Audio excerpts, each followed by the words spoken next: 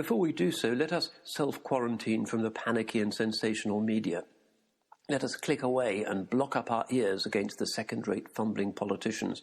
Let us look from our windows upon the eerie emptiness of the streets and consider what God might mean by this. Even the atheist brain knows ours for a time of hubris. We madly ravage and violate nature and walk upon the moon. Every other species cringes from us as ecosystems die. Our gamed financial system is increasingly parasitical upon the poor. From our human perspective, Covid-19 is an infection which disorders our world. But seen from the world's perspective, humanity itself has, over the past age, become a still more deadly disease. Like a fungus or a hookworm, we suck the blood of the host, multiplying insanely until the ecosystem itself, the planet which we vampirize, starts to sicken and die.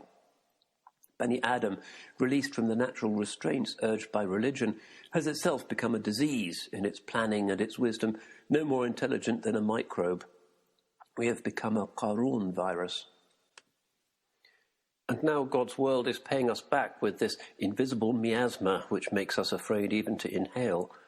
Putin and Trump, masters of nuclear arsenals, are staggering back from its influence, discovering perhaps the Naqshbandi rule of Khush Dardam, mindfulness in every breath.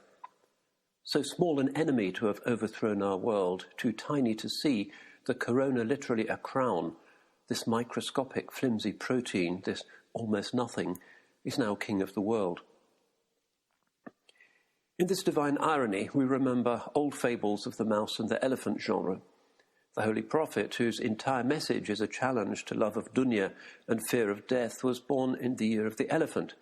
How often we repeat that surah as though it were a nursery rhyme, but Abraha the tyrant remains a perennial symbol of the arrogance which seeks to displace the things of God. The Seerah writers tell us that the birds which rained clay pellets upon him and his army also brought a disease, so that their flesh started to rot on their bones while they still lived. It was a kind of terrible Ebola eating them alive. فَجَعَلَهُمْ كَعَصْفٍ مَأْكُولٍ.